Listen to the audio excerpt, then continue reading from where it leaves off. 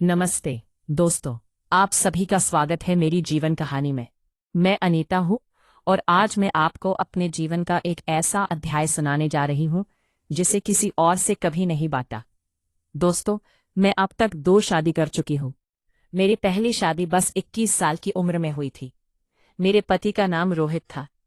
रोहित से मिलकर ऐसा लगा था जैसे जिंदगी सजने लगी हो। लेकिन हमारे सुहाग के मात्र 6 महीने बाद ही एक भयानक कार दुर्घटना में मैं उन्हें हमेशा के लिए खो बैठी।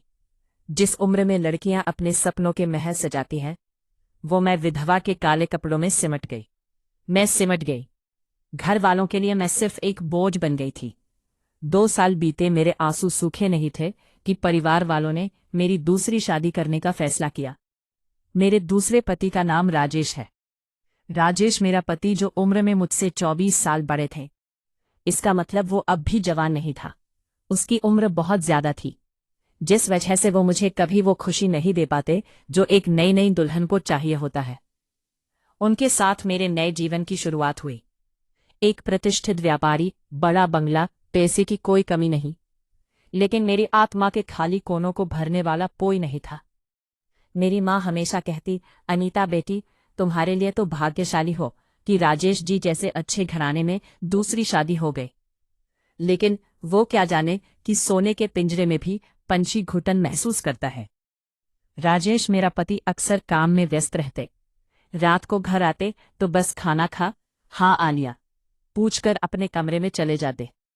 कभी कभी तो महीनों विदेश यात्रा पर रहते। उनके होते हुए भी मैं अकेली थी, एक औरत की जो शारीरिक और भावनात्मक नीड जरूरतें होती हैं। को घर में काम के लिए सविता आंटी थी।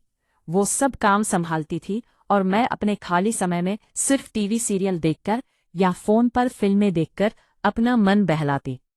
जिंदगी ऐसे ही चल रही थी जब अचानक सब कुछ बदल गया। एक दिन सविता आंटी ने फोन किया और बोली, मैम साहब, मेरी तबीयत ठीक नहीं है, आज नहीं आ पाऊंगी। तो मैं बोली, कोई बात नहीं आंटी, आप आराम करें। फिर सविता आंटी बोली, लेकिन मैम साहब, काम का क्या होगा? मैं अपने बेटे विशाल को भेज दूंगी, बड़ा समझदार है, सारा काम अच्छे से कर लेगा। उन्होंने प्रस्ताव रखा। अगले दिन सुबह डोरबेल बजी। जब मैंने दरवाजा खोला, मानो समय थम सा गया। मेरे सामने खड़ा था एक युवक, लंबा, गठीला और आकर्षक चेहरा लिए।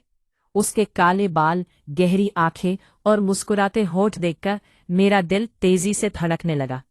नमस्ते भाभी जी, मैं विशाल, माँ ने भेजा है, उन्होंने बताया होगा।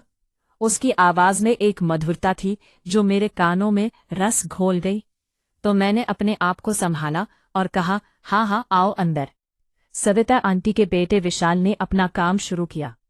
वो सविता आंटी से भी ज्यादा कुशलता से घर के काम निपटा रहा था। मैं चाहकर भी उससे नजरें नहीं हटा पा रही थी। जब वो झुककर फर्श साफ करता, उसकी मांसपेशियां कमीज के नीचे से उभरती। जब वो पानी पीता, उसका गला ऊपर नीचे होता।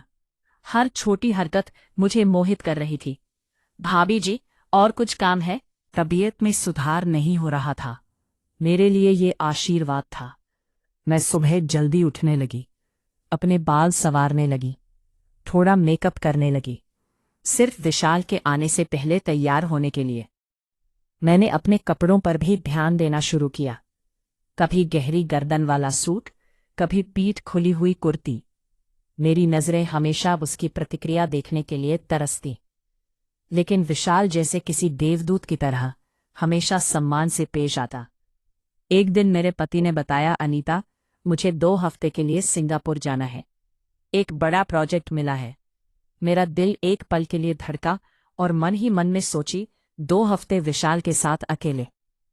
मेरे पति ने आगे कहा, वैसे ये लड़का विशाल कैसा है? सविता आंटी के बेटे के बारे में तुमने बताया था। मैंने अपनी भावनाओं को छिपाते हुए कहा, हाँ, बहुत अच्छा काम करता है, सारा घर चमका देता है। मेरे पति राजेश ने मुझे देखकर कहा, अकेली रहोगी इसीलिए थोड़ा चिंता है, पर ये लड़का है तो कोई डर नहीं। उस रात मैं सो नहीं पाई। मेरे पति के जाने के बाद क्या होगा, चल इसी सोच में डूबी रही। अगले हफ्ते मेरे पति चले गए। पहली बार मुझे उनके जाने का दोहक नहीं था। विशाल आया और उसने घर के काम में लग गया। मैंने उसे अपनी ओर आकर्षित करने के लिए हर तरीके आजमाए। कभी उससे कॉफी मंगवाती, कभी कहती कि मेरे कमरे में पंखा ठीक करे। मेरे कपड़े और अधिक आकर्षक और उत्तेजक हो गए थे। एक शाम मैंने हिम्मत जुटाई और विशाल से कहा, तुम बहुत अच्छे हो विशाल, तुम्हारे साथ बात करते हुए अच्छा लगता है। विशाल ने मुस्कुराते हुए कहा, आप भी बहुत अच्छी हैं भाभी जी।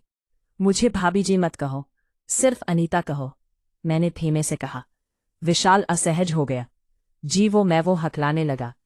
मैंने उसके करीब जाकर कहा, क्या तुम समझते नहीं विशाल, मैं अकेली हूं, तुम अकेले हो, क्यों ना हम। यह सुनते ही विशाल ने एक कदम पीछे हटते हुए कहा, भाभी जी ये ठीक नहीं है, मैं यहां सिर्फ काम करने आया हूं। वो कमरे से बाहर चला गया और मैं सिर्फ देखती रह गई। मेरे अंदर का तूफान और भड़क उठा। मैंने इतनी हिम्मत जुटाकर अपने दिल की बात कही थी और उसने मुझे ठुकरा दिया। फिर भी मैंने हार नहीं मानी। अगले दिन से मैंने अपनी कोशिशें और बढ़ा दी। मैं जानती थी कि विशाल भी मुझसे आकर्षित है, बस उसे अपनी भावनाओं को स्वीकार करने की हिम्मत नहीं है। हर दिन हर पल मेरा दिल सिर्फ विशाल के लिए धड़कता। मैं उसकी हर हरकत पर नजर रखती, उसके चेहरे पर आती हर भावना को पढ़ने की कोशिश करती। मेरी चाहत थी कि वो स्वेच्छा से मेरे पास आए, मुझे अपनाए। मैंने अपनी सारी शर्म त्याग दी थी और अब मैं एक ऐसे मोड़ पर थी जहां पीछे मुड़ने की कोई राह नहीं थी। विशाल मेरे लिए सिर्फ एक शारीरिक आकर्षण नहीं था, वो मेरे अकेलेपन का साथी था, मेरी आत्मा का पूरक था। लेकिन विशाल हर बार मेरे प्रयासों को नजरअंदाज करता।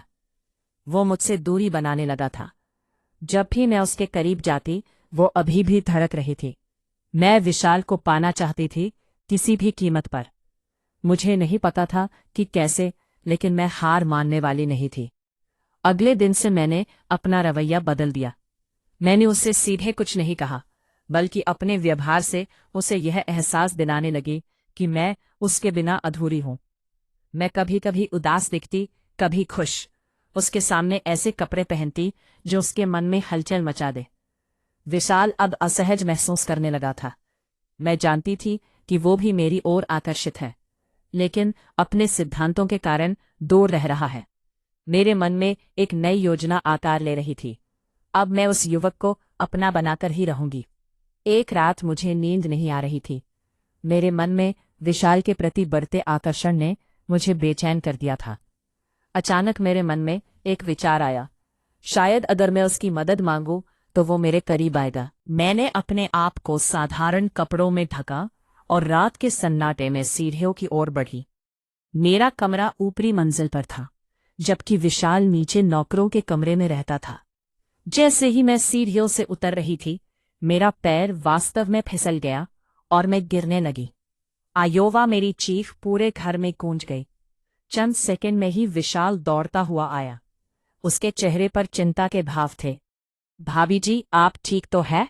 उसने घबराहट से पूछा।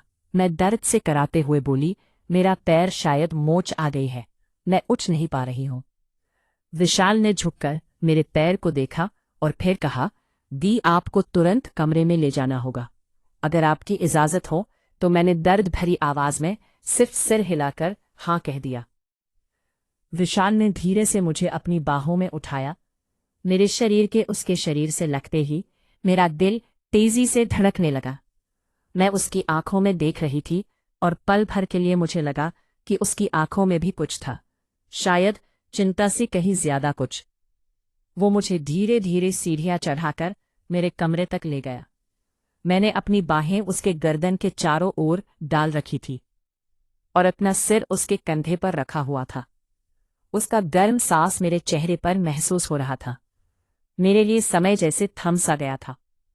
मेरे कमरे में पहुंचकर उसने बड़ी सावधानी से मुझे बिस्तर पर लेटा दिया।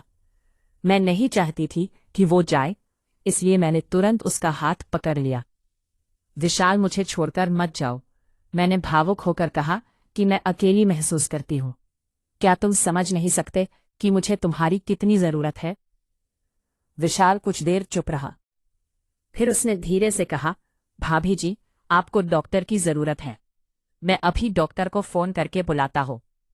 मैंने उसका हाथ और मजबूती से पकड़ा। नहीं, अभी नहीं, बस थोड़ी देर मेरे पास बैठो। विशाल ने अपने हाथ को डराकर बालिया, बस थोड़ा